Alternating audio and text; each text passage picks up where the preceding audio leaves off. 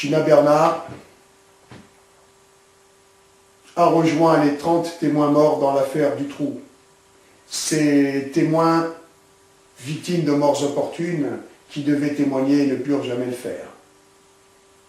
Et les freins, ce que la police avait constaté après cet accident, qu'il n'y avait pas de traces de freinage lors de cet accident. Oui, que cette demoiselle a fait 2 jours avant une déclaration de menace de mort, ça c'est un hasard.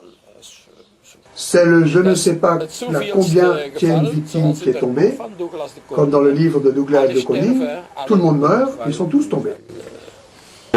Du reste, Madame Gina Bernard, qui m'avait fait parvenir ce CD-ROM avec plusieurs photos d'enfants. Oui, ça fera l'occasion d'une enquête supplémentaire. Et qui est décédée, m'avait dit qu'elle avait aussi un CD-ROM à nous faire parvenir. Mais malheureusement, elle est décédée dans des circonstances assez mystérieuses et je n'ai jamais pu produire cette cassette à la justice.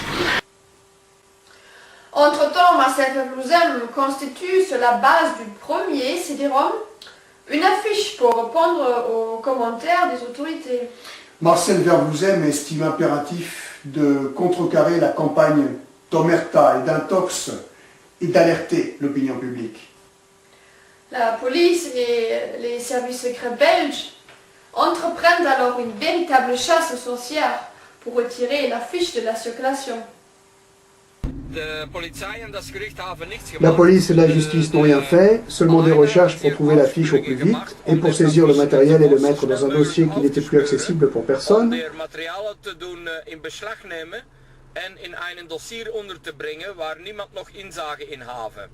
La police et le tribunal n'ont pas fait le travail pour retrouver les enfants qui sont sur l'affiche, ou les bourreaux qui ont assassiné ou torturé les enfants, de les retrouver. Ce travail n'est pas fait. Le tribunal belge a employé beaucoup de personnes, beaucoup de juges, beaucoup de moyens pour reprendre le matériel, mais il n'y avait personne, pas de juge pour éclaircir l'affaire elle-même. Ça, ils n'ont pas eu. La question c'est pourquoi ont-ils voulu récupérer cette affiche? Je pense qu'ils avaient très peur en ce qui concerne les photos qui sont sur l'affiche, s'agissant aussi d'un enfant assassiné et des enfants torturés.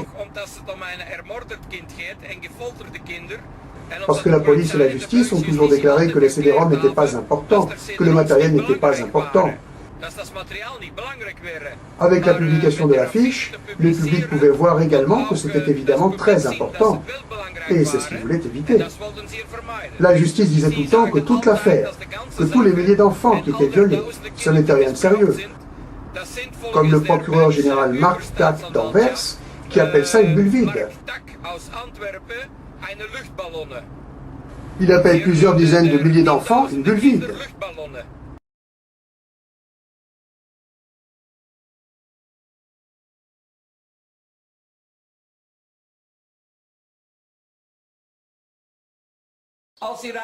Si vous publiez une photo d'un enfant, violation de la vie privée. Vous montrez une photo d'une personne qui viole des enfants, violation de la vie privée. Et la vie des enfants? C'est toujours l'argument, la vie privée des enfants doit être protégée. Oui, ça handicape l'enquête. Ça compromet l'éclaircissement de l'affaire. Vous devez faire la distinction. Est-ce que la notion de vie privée est plus importante qu'un enfant torturé? Qu'est-ce qui est le plus important? Qu'on puisse secourir l'enfant? Que le bourreau qui a torturé l'enfant soit recherché? Ou est-ce la vie privée du bourreau qui doit être primordiale? C'est malade. Je me pose la question, est-ce qu'ils n'ont pas fait cette loi sur la vie privée pour protéger ces gens? Parallèlement, de nouvelles poursuites judiciaires sont lancées, sont déclenchées à l'encontre de l'activiste pour diffusion de matériel pédopornographique. Pourtant, comme vous pouvez le voir vous-même, il avait pris soin de ne montrer aucune photo à caractère proprement pédophile.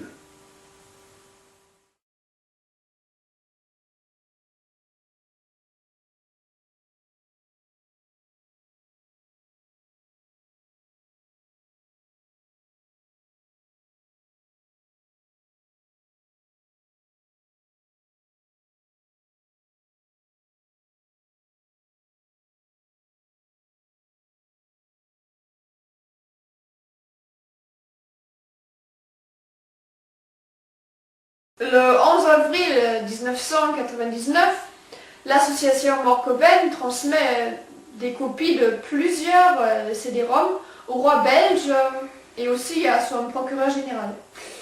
La presse parfaitement aux ordres en fait d'ailleurs ses gorges chaudes, s'offusquant que le groupe de Morcoven ait pu oser un tel crime de lèse-majesté.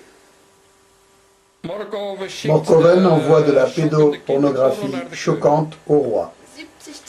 70 000 nouvelles photos pédophiles découvertes sur Internet.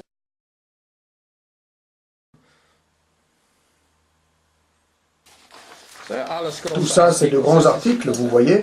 C'est un scandale de l'envoyer au roi. Voilà. Devant le mutisme de l'appareil judiciaire belge, l'association de Morcoven adresse un courrier au procureur général TAC.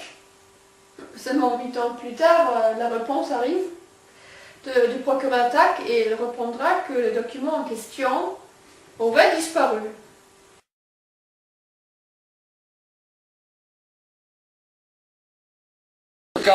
L'avocat général TAC m'écrit 3 lettres me disant que je peux trouver les documents dans mon dossier numéro 130B 2007, que je peux en prendre connaissance. J'y vais, mais il n'est pas là. Je lui écris alors, je reçois une réponse où il me répète que je peux aller voir mon dossier. Je retourne pour voir le dossier, je ne le trouve toujours pas. J'écris une nouvelle lettre, il s'énerve et répond que je dois lire les 2 lettres qu'il m'a envoyées précédemment. Je saisis le Conseil supérieur de la justice et on me répond que mon dossier a disparu. Et l'avocat général TAC de demander au cours d'une audience au tribunal, « Monsieur le Président, voulez-vous obtenir de Monsieur Vervouzen qu'il arrête de m'envoyer des lettres étant entendu que nous avons perdu son dossier ?» J'écris à l'avocat général TAC que d'après le Conseil supérieur de la justice, mon dossier a été volé. Et l'avocat général TAC s'adresse alors à mon avocat pour lui demander de façon suspicieuse comment Vervouzen peut-il savoir que son dossier a été volé? C'est une comédie incroyable. J'écris une lettre au ministre de la Justice en disant que le dossier a été volé. Il me renvoie une lettre, j'ai transmis votre lettre au procureur général. Le ministre de la Justice écrit « Je ne peux pas enquêter sur votre dossier en raison du principe de la séparation des pouvoirs. » Séparation des pouvoirs? Séparation des pouvoirs. Qui alors doit faire l'enquête? Le voleur lui-même? La Belgique ne fait pas son travail.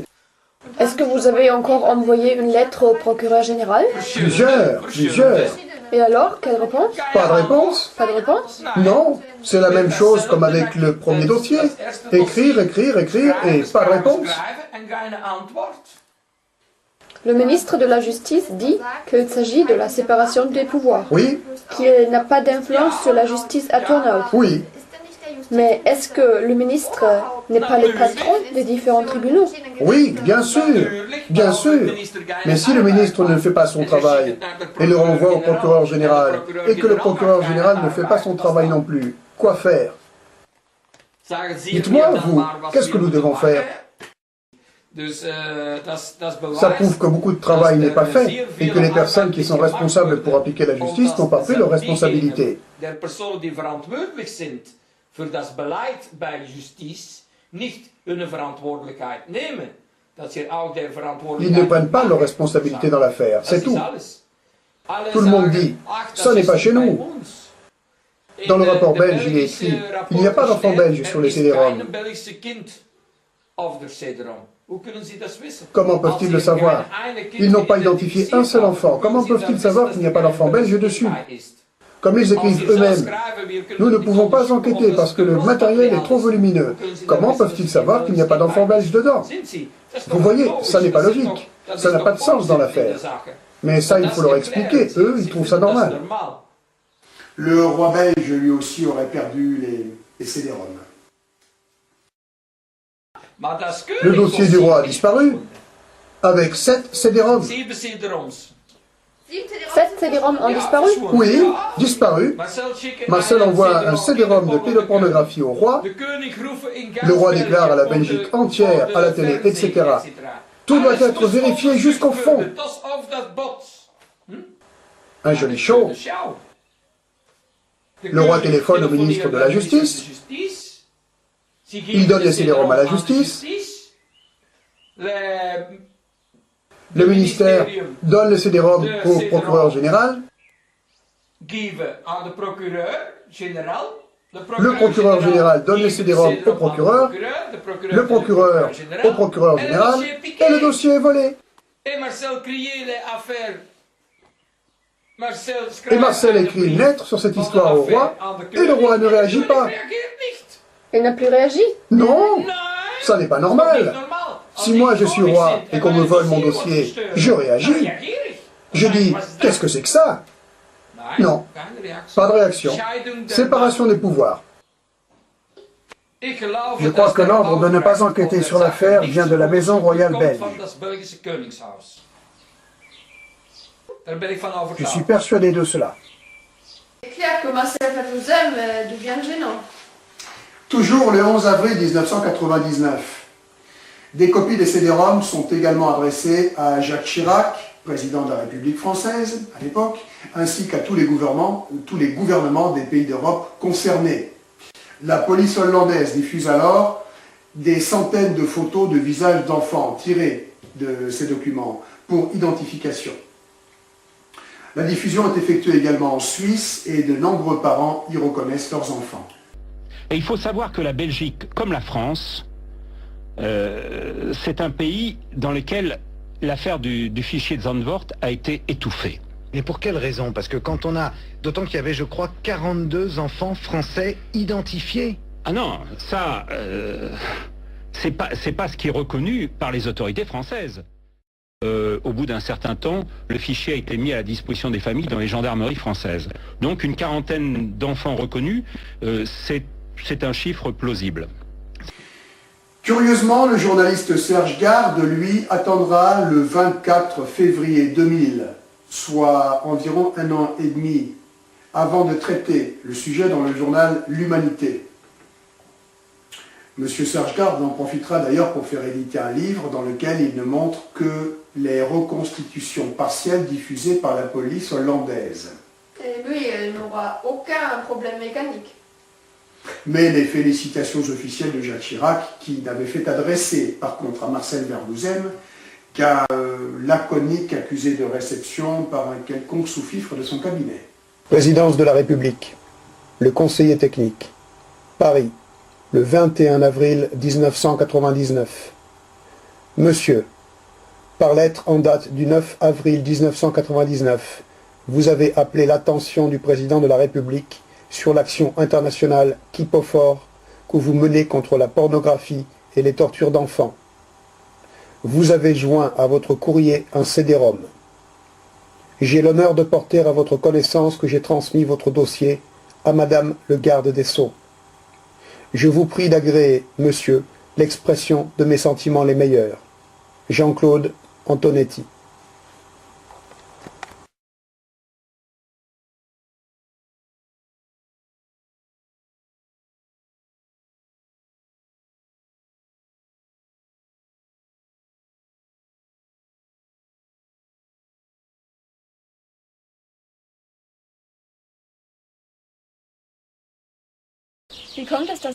Comment expliquer que dans le livre de Serge Garde, le livre de la honte, il n'y ait qu'une partie des photos de publiées? Serge Garde n'a pas utilisé le matériel qui était visible sur les CD-ROM.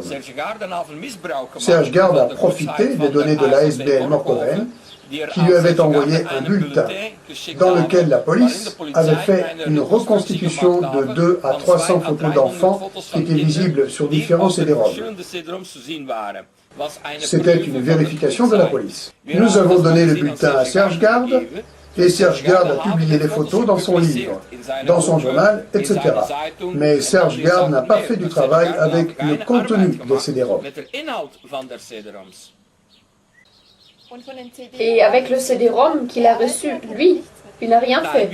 Non, nous ne savons toujours pas. Nous sommes maintenant beaucoup d'années plus tard. Nous ne savons toujours pas qu'est-ce qui était fait avec le CD-ROM que Serge Garde détient. Qu'est-ce qu'ils ont fait avec le CD-ROM? Qu'est-ce qu'ils ont fait dans les ministères ou ailleurs? Quel travail ils ont fait dans l'affaire? Nous nous le demandons toujours. Nous ne le savons pas. Serge Garde n'a pas fait le travail. Il a utilisé à mauvais escient les photos provenant du bulletin que la police avait constitué et que nous avions adressé à Serge Gard. Ce n'est pas correct de la part de Serge Gard et Douglas de Koning, etc., de n'avoir pas réagi quand les personnes ayant donné le matériel à la justice pour l'enquête étaient poursuivies par cette justice. Que celle-ci les a poursuivis pendant 10 ans, mis devant le tribunal, jugés, mis encore devant le tribunal, etc., et que nous avons été emprisonnés dans une cellule, etc. dass wir zelfs in einen Strafzelle gezeten haben enzovoort. En dass keine Journalist sich auch maar qu'aucun journaliste n'ait réagi, c'est une honte. Ils n'ont pas seulement trahi et laissé tomber les gens qui ont révélé l'affaire. Non, avec ça, ils ont aussi trahi et laissé tomber des dizaines de milliers d'enfants.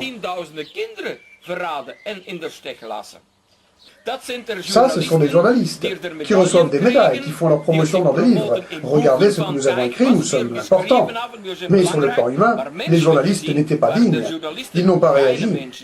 Ils ont laissé tomber des dizaines de milliers d'enfants et ils ont fait le jeu de la criminalité qui venait de la police et de la justice.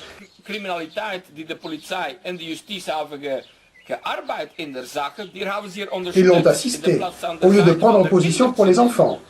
Ça, ce sont les journalistes Douglas de Koning, Serge Gard et consorts.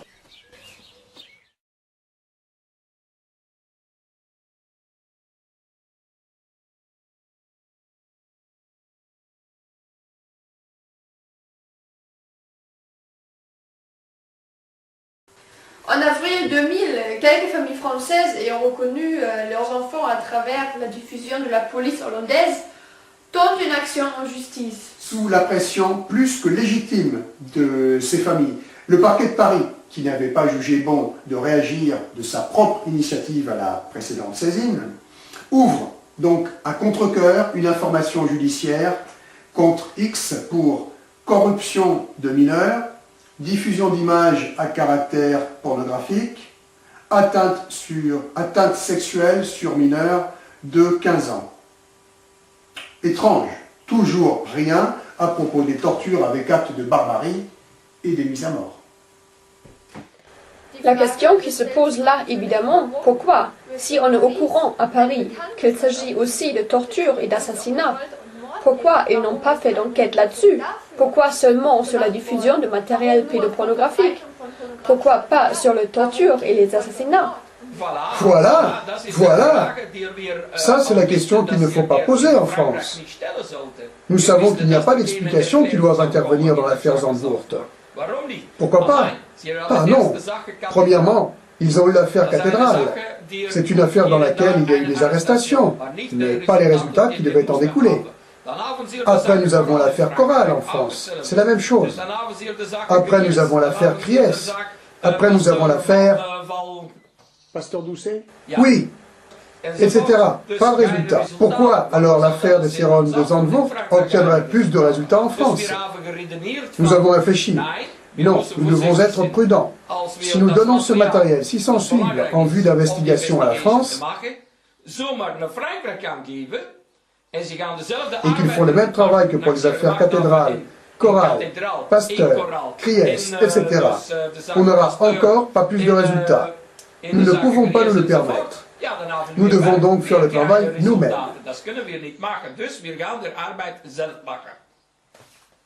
Ça explique pourquoi il y a eu certes beaucoup de choses décrites en France et que certains ont eu des médailles. C'est bien joli tout ça. Mais le travail de fond n'a pas été réalisé en France. Il attend toujours. Le travail de fond doit toujours être fait à l'heure actuelle. Le Morkoven Vergroup, de sa propre initiative, fera effectuer une analyse biométrique comparative d'une enfant qui avait été retrouvée assassinée à Paris, la petite Cécile Bloch. Et l'analyse est formelle. La victime se trouve bien sur l'un des CD-ROM de Zandvoort. Alors, la France est bel et bien concernée, et l'épouvantable assassinat de cette petite fille constitue d'ailleurs une affaire aussi odieuse que particulièrement trouble. Le magistrat en charge du dossier à l'époque de l'affaire de Cécile Bloch, Salzman, clôturera le dossier, interdisant tout rapprochement et refusant cette analyse biométrique. Patricia Poupard, elle aussi, reconnaît son enfant sur les insoutenables photos diffusées en Hollande et en Suisse. Elle s'y constituera partie civile et est la cible d'une persécution inimaginable. Comment vous êtes-vous aperçu que votre fils était concerné par les fameux CD-ROM de Zandvoort et donc était victime de ce réseau? Tout simplement parce que mon fils a parlé et qu'en 2000 j'étais convoqué par la police suisse aux commissions rogatoires de M. Bertossa à visionner le 14 juillet 2000 avec d'autres françaises le CD-ROM Ulrich à l'hôtel de police de Genève, où mon fils s'est reconnu et où je me suis reconnu. Votre fils y apparaissait en photo, film, sous quelle forme? Et quelle gravité y avait-il? Alors, photo, oh ben je suis désolé, on appelle ça de la torture. On appelle ça de la torture. Un anus dilaté comme ça, excusez-moi, sur un enfant de 3 ans et demi, 4 ans et demi, c'est de la torture. Il est avec monsieur Alain Flèche. Qui est son père? Qui est son père. Quel rôle a-t-il, monsieur Alain Flèche, dans cette sombre histoire? Son fils l'a accusé. Il a accusé, il y avait d'autres personnes en même temps. Son fils l'a accusé d'avoir abusé sexuellement de lui? Tout à fait. En clair, vous accusez principalement, si j'ai bien compris, monsieur Alain Flèche, Oui, son père légitime, oui, d'avoir violé votre enfant et de l'avoir...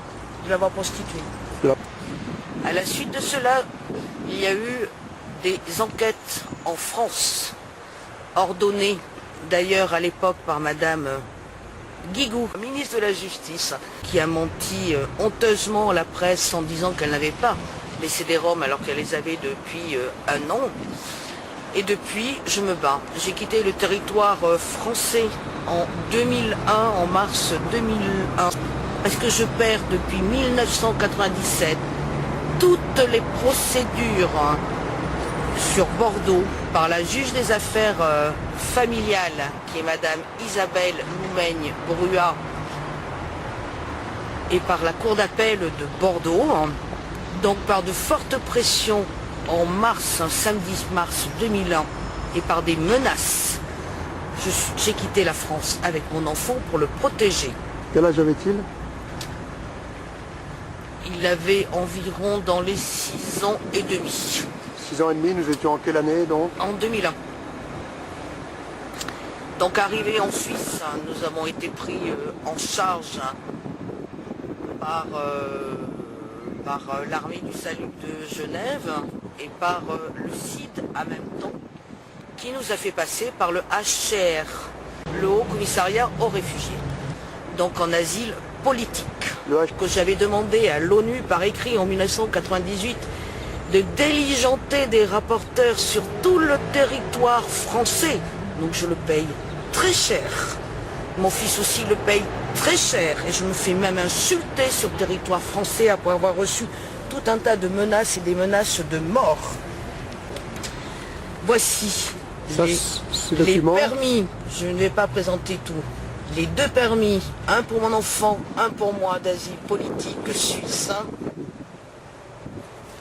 Me voici en asile politique, demandé par le HCR, avec, bien entendu, l'ONU derrière. Nous avons été arrêtés sur le territoire suisse le 1er avril 2004 sous mandat d'arrêt international, alors qu'Interpol était parfaitement au courant de mon dossier puisque j'avais des contacts avec eux. Pour quel motif? Alors le motif c'était tout simplement pour enlèvement d'enfants. Or je n'ai pas enlevé mon fils. Mon fils il était avec moi. Il a demandé à ce que je le protège. C'est tout.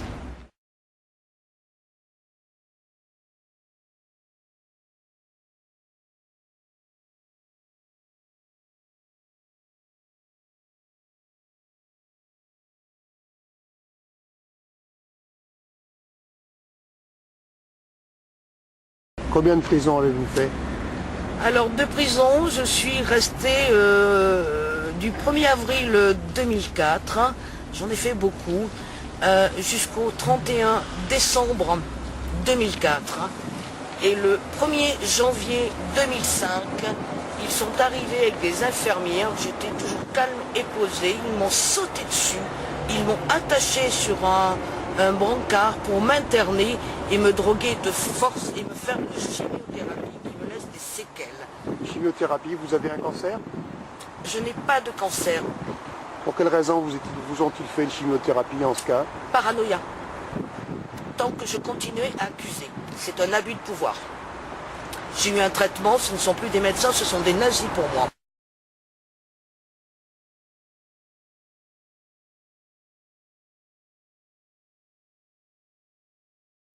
Le 4 mars 2001, à travers une plainte contre X formulée par l'avocate Patricia van der Smissen au nom du Morkoven del groupe national et de son président Marcel Verploegem, celle-ci saisit les parlementaires européens et Interpol et leur remet des copies des CD-ROM.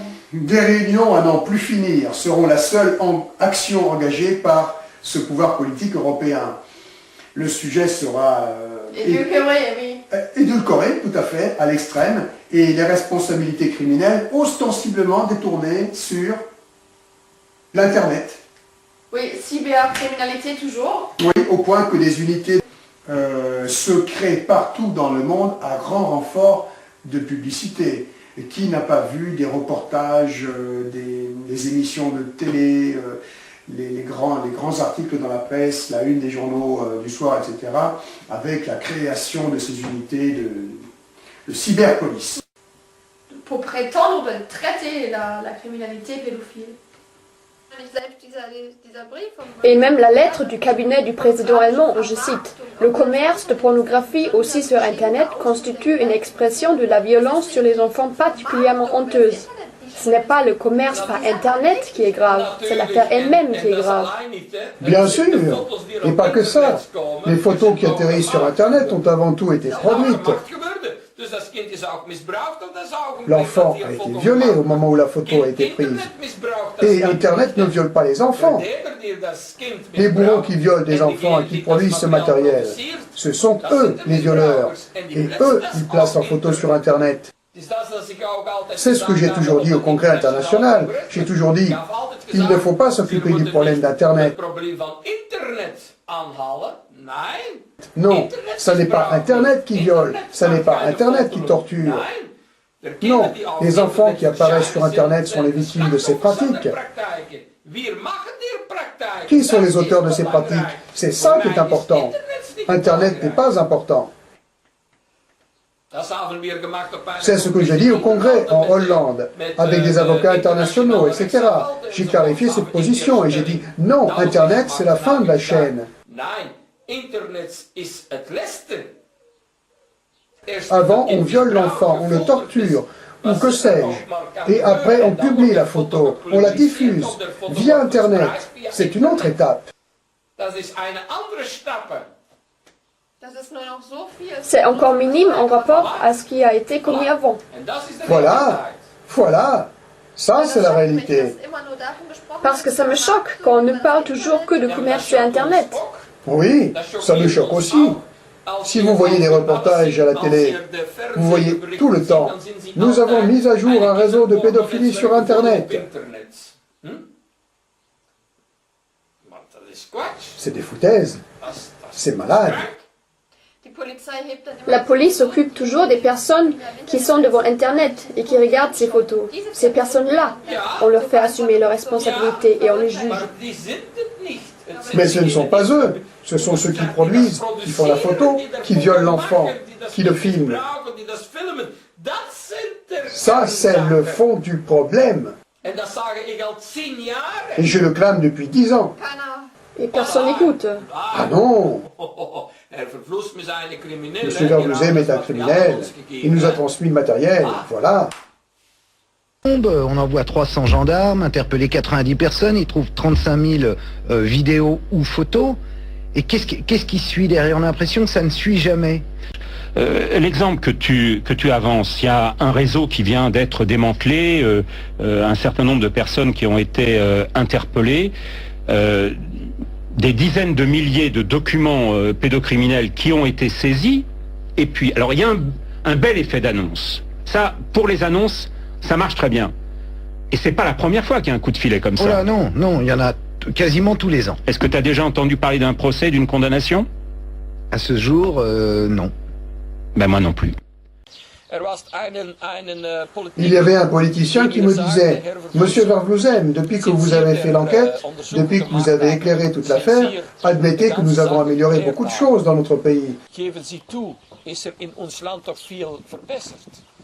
Nous avons un service d'aide à l'enfance, victime de pédopornographie. Nous assurons l'aide aux victimes. Nous avons révisé les appareils de police. Nous avons unifié la police. Nous avons fait plein de choses. Nous avons fait des nouvelles lois. Nous avons Child Focus. Nous combattons la pornographie infantile sur Internet. Tout ça grâce à votre travail.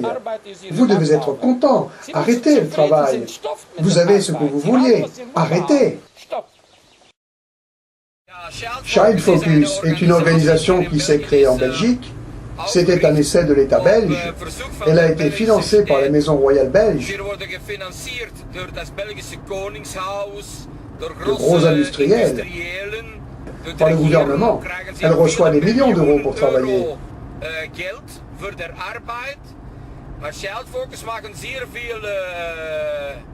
Child Focus a beaucoup de notoriété. Si un enfant disparaît, elle diffuse une photo. Elle essaie de sortir des livres sur l'abus d'enfants, etc., etc. Ils vendent des friandises, des chocolats, etc., pour enrichir leur caisse. Et ils font beaucoup d'actions autour du tourisme sexuel, etc. Mais ils ne se posent pas la question de savoir qui sont ces milliers d'enfants sous les CD-ROM, qui a produit ce matériel, pourquoi on ne travaille pas sur la base de ce matériel. Ça, Child Focus ne le fait pas. Là, Child Focus n'en parle pas. C'est très clair que l'organisation Child Focus n'est pas l'organisation en Europe qui est en mesure de changer quoi que ce soit dans l'affaire. Non, c'est une organisation qui a beaucoup d'argent, qui reçoit beaucoup d'argent,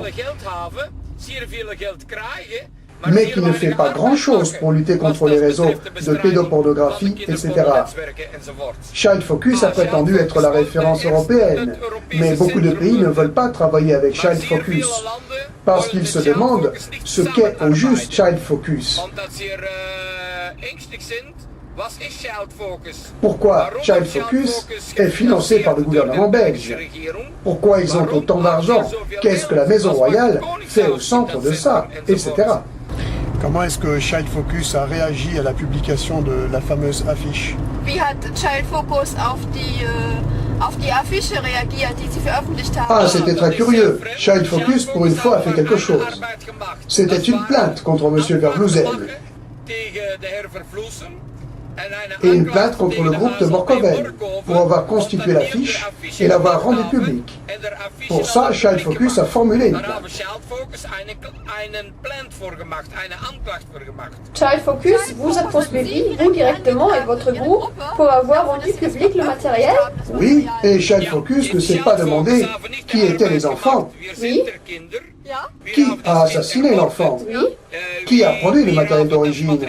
Qui a torturé les enfants? Non, ça, Child Focus n'a pas fait. Ce que Child Focus a fait, c'est une plainte contre le groupe Morkoven et contre les personnes qui ont révélé l'affaire.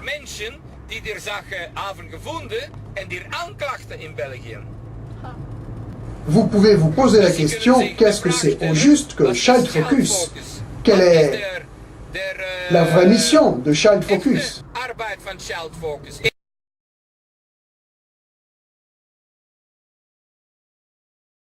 Il y a des actions à la radio. Appelez si vous avez vu l'enfant disparu.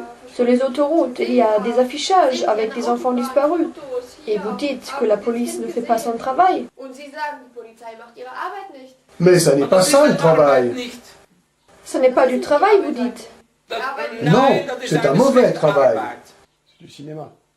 C'est du cinéma. C'est pas que ça. Moi, si je kidnappe un enfant, et en regardant la télé, je vois la photo de l'enfant à la télé. Ou je suis sur l'autoroute, et j'aperçois la photo sur les écrans d'affichage d'autoroute. que partout où je vois la photo, avec les annonces incitant à téléphoner si on croit avoir vu l'enfant. Qu'est-ce que moi je peux faire avec cet enfant? Le libérer? Non. Qu'est-ce que vous pouvez faire avec l'enfant? Dites-moi. Qui? Les kidnappeurs? Oui. Qu'est-ce que le kidnappeur peut faire avec l'enfant? Qu'est-ce qu'il peut bien en faire? Le mieux, c'est de le faire disparaître. Voilà. Ça, c'est la réalité. De plus en plus d'enfants sont assassinés parce que le kidnappeur ne peut plus libérer l'enfant.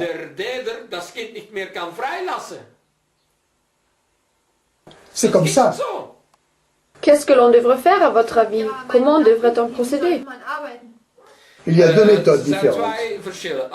Si vous pensez qu'un enfant a fugué, vous pouvez diffuser un signalement pour savoir si l'enfant a été aperçu dans une gare, une station, une école ou une place quelconque. Ça, c'est une chose.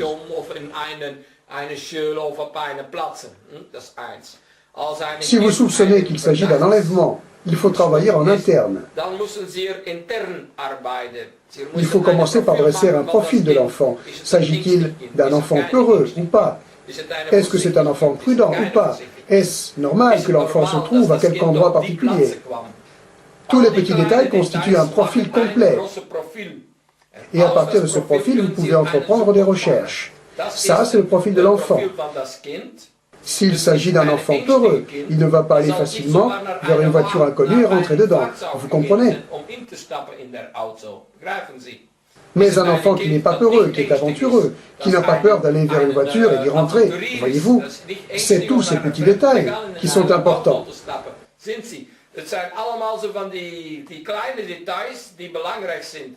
Est-ce qu'il y avait du monde sur les lieux ou pas? Le kiosque du coin où l'enfant a été kidnappé, était-il ouvert ou fermé? Quel genre de personnes fréquentent ce type de kiosque? Ce sont des personnes avec un certain profil qui vont à une certaine heure dans un kiosque, etc., etc. Après, vous pouvez les identifier. Vous pouvez leur demander si le jour où un enfant était enlevé dans le secteur, s'ils n'ont pas remarqué quelque chose de particulier, etc. Vous voyez?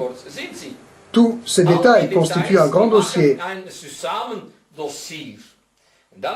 Et après, on fait une enquête pour savoir s'il n'y a qu'un seul enfant ou plusieurs enfants qui ont disparu dans un secteur précis.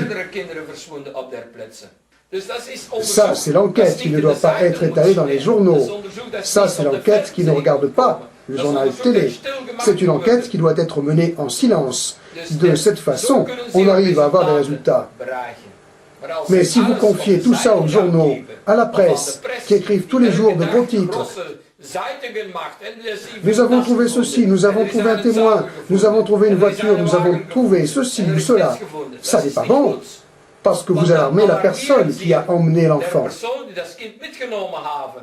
Alors, il faudra plutôt travailler en silence et pas écrire dans les gros titres bien visibles par tout le monde « Avez-vous vu l'enfant ?» Oui, c'est bien ça.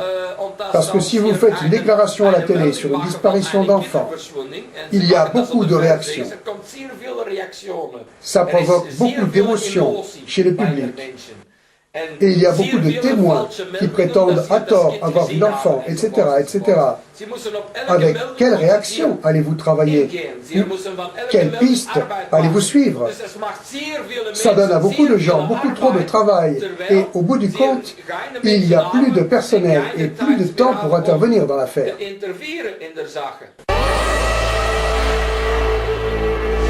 Lorsque vous entendrez cette sirène et que vous verrez ce message, cela signifiera que le ministère de la Justice a lancé le dispositif d'urgence pour retrouver un enfant enlevé. Alerte enlèvement. Une description de l'enfant enlevé, sa photo, la date, l'heure et le lieu de l'enlèvement vous seront communiqués, ainsi que des informations sur le suspect. N'agissez pas seul. Composez le numéro de téléphone qui vous sera communiqué si et seulement si vous disposez d'informations. Alerte enlèvement est le dispositif d'urgence pour retrouver un enfant enlevé. Votre mobilisation est essentielle. La survie d'un enfant en dépend. Alors, le plan Alerte enlèvement d'enfants serait un live show, organisé pour mettre le public en émoi et lui donner l'illusion que tout est entrepris pour retrouver l'enfant disparu. Un show médiatique parfaitement déplacé et inefficace en réalité, mais plus que tout, extrêmement dangereux pour l'enfant enlevé. Pourtant, l'affaire Francis Évrard semble prouver l'efficacité du plan alerte enlèvement d'enfants, mais en considérant la question sous un angle soupçonneux, puisque l'ambiance semble être au grand show médiatique, en live, ne s'agirait-il pas justement d'un coup monté, d'un coup de propagande médiatique, un live show organisé par l'imposture politique judiciaire? Rappelez-vous, Francis Évrard, un criminel pédophile, isolé, dûment incarcéré, et premier demandeur de soins, le pigeon au profil idéal pour un tel coup monté, qui est donc un beau jour libéré de prison avec une bonne dose de Viagra fournie par le médecin même de la prison. Et comme par hasard, cet homme trouve sur son chemin, à sa sortie de prison, un malheureux enfant qu'il peut enlever et violer tranquillement, pour être arrêté en flag dans des délais records. Juste ce qu'il faut pour qu'il ait pu commettre son viol, histoire de provoquer de vives émotions au sein du public pris à témoin. Arrestation spectaculaire, pour ne pas dire spectacularisée, et pratiquement couverte en live. Suivi de grands débats, très prenants et parfaitement ineptes sur le problème de la récidive des pédophiles. Suivi également d'un autre show médiatique qui couvre la condamnation du récidiviste, condamné à la peine maximale, à titre d'exemple bien entendu, quand les pires monstres travaillant en réseau, tels que Claude Dunant par exemple, sont eux libres. J'aimerais revenir sur la dangerosité du plan alerte enlèvement d'enfants. Écoutez attentivement son leitmotiv. N'agissez pas seul. Composez le numéro de téléphone qui vous sera communiqué si et seulement si vous disposez d'informations. Alerte enlèvement est le dispositif d'urgence pour retrouver un enfant enlevé. Votre mobilisation est essentielle. La survie d'un enfant en dépend.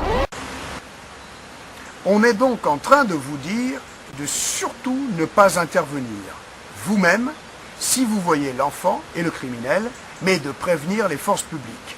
Autrement dit, vous, en tant que citoyen, immédiatement en mesure d'intervenir et d'éviter à l'enfant que l'on retrouve son cadavre quelques jours plus tard, on vous incite à passer un coup de fil au lieu de passer à l'action citoyenne prévue par le Code de procédure pénale en son article 73, qui stipule que tout citoyen a autorité pour appréhender l'auteur d'un flagrant délit punissable d'une peine de prison ferme, afin de le conduire devant un officier de police judiciaire.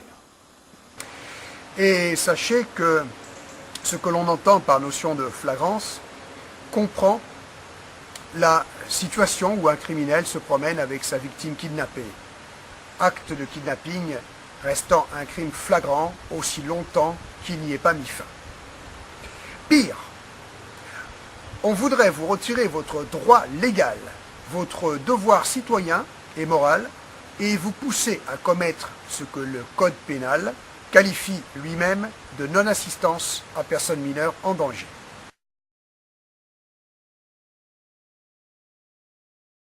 Alerté en 2002 par des mères de famille françaises, victimes de l'appareil judiciaire français, le rapporteur spécial de l'ONU, Juan Miguel Petit, effectue une enquête en France. Le rapporteur spécial de l'ONU déclare à propos des CD-ROM du CD-ROM de Zandvoort. Il parle du CD-ROM, non? Oui, manifestement, il n'est pas encore au courant des autres, et nous sommes en 2002. Je cite, « Un certain nombre de parents français auraient vu des images de leurs enfants. Les autorités françaises ont examiné le CD-ROM et l'ont transmis aux autorités des autres pays qui, à leur avis, étaient concernés, mais ont conclu que ces images dataient des années 70. Pour la production, on achète au marché aux puces des bibelots anciens, des prises électriques anciennes, des lampes, des lustres, des lits anciens, et on met en scène une chambre. On y fait les films et les photos avec les enfants, en noir et blanc. Et après, on le met en ligne sur Internet. Et la police déclare « Ah non, c'est une ancienne production ». Dans l'affaire Zandvoort, la police d'Allemagne, la police de Wiesbaden, déclara « Non, le matériel date, les prises datent, la lampe date, les coupes de cheveux datent ». Et Marcel disait « Non, non ». Et Marcel arriva avec les photos en couleur et la police de Wiesbaden. C'est la technique. Qu'est-ce qu'ils ont fait après? Ils ont arrêté ce père. La même stratégie fut employée par la police allemande dans le cadre de la présence du jeune Manuel Schadwald également sur un CD-ROM. Et vraiment, il y a une ressemblance. J'ai essayé une image qui semble correspondre avec le Schadwald qui est porté disparu. Aussi, les experts de la police criminelle fédérale ont été saisis, mais leur expertise fut négative en raison des indices anatomiques pour ce qui est du garçon sur l'image et de Manuel Schadwald. Il s'agit de personnes différentes.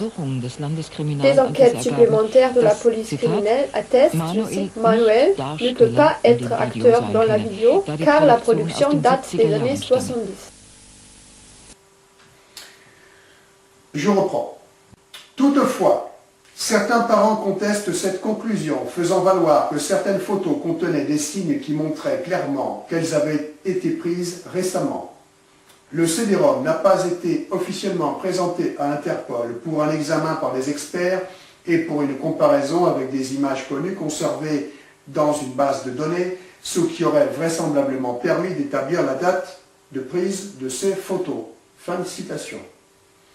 Étrange climat, hein?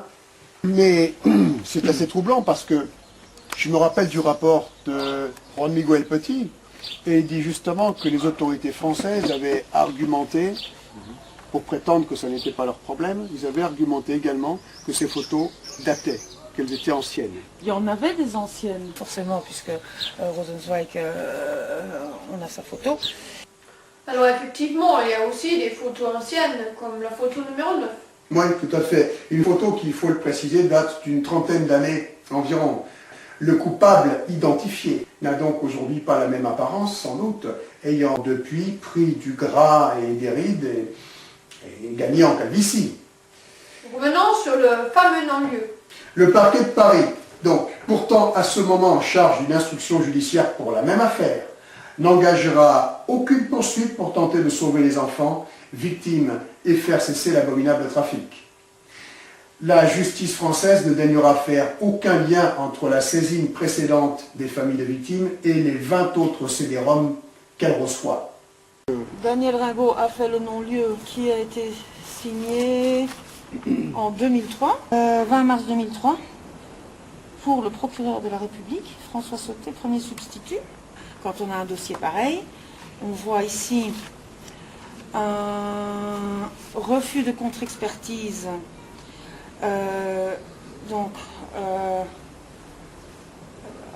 Attendu que l'expert a indiqué dans son rapport que les photos fournies ne montrent aucun repère caractéristique permettant d'identifier un individu.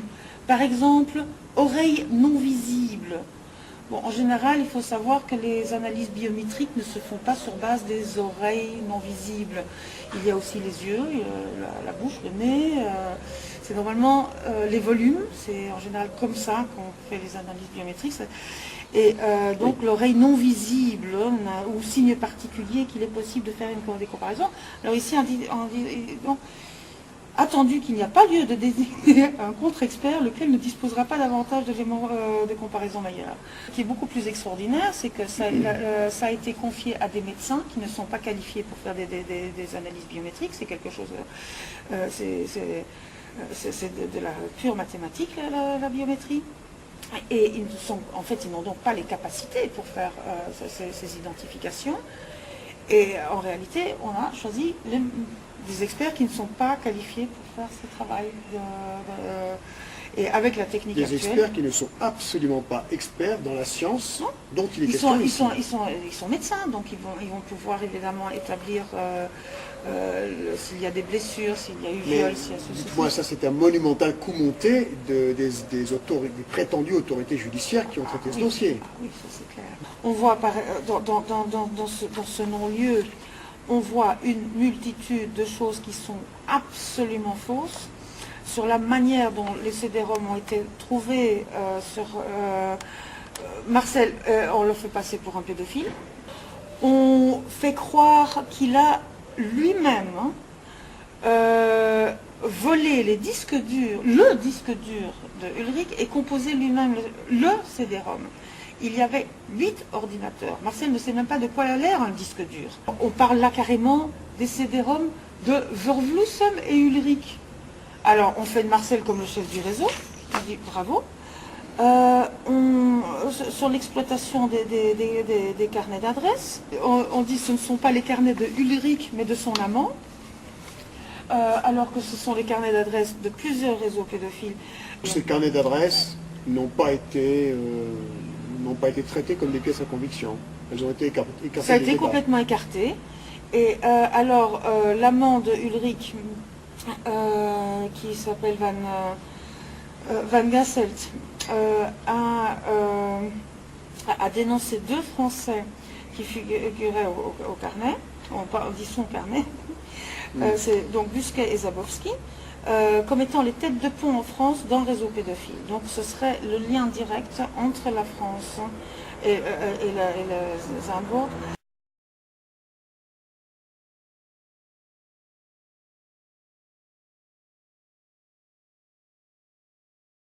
On voit que Busquet et Zabowski ont été retrouvés et entendus par les enquêteurs.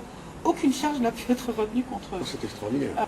Et là, il y a encore des Français. Dionis à la petite était dans le réseau choral avec notre fameux magistrat déculotté. Et Guillaume, lui, il était, tous les deux d'ailleurs, à la petite et Guillaume était dans le réseau Taureau Bravo.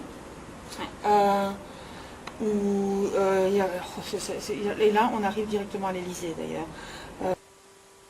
Les autorités françaises estimeront que la France n'est en rien concernée par la monstrueuse affaire. Pour mademoiselle Ringot, monsieur Salzman et consorts, monsieur Jacques Chirac, Elisabeth Guigou, Dominique Perben et consorts, l'affaire des CD-ROM de Zandvoort constituerait également une bulle vide. La liste des complices passifs et des crimes de l'humanité s'alourdit inexorablement. Oui, liste des membres du crime organisé. Est-ce qu'il s'agit des crimes organisés concernant les snuff movies, trafic d'êtres humains, prostitution infantile? S'agit-il du business du crime organisé ou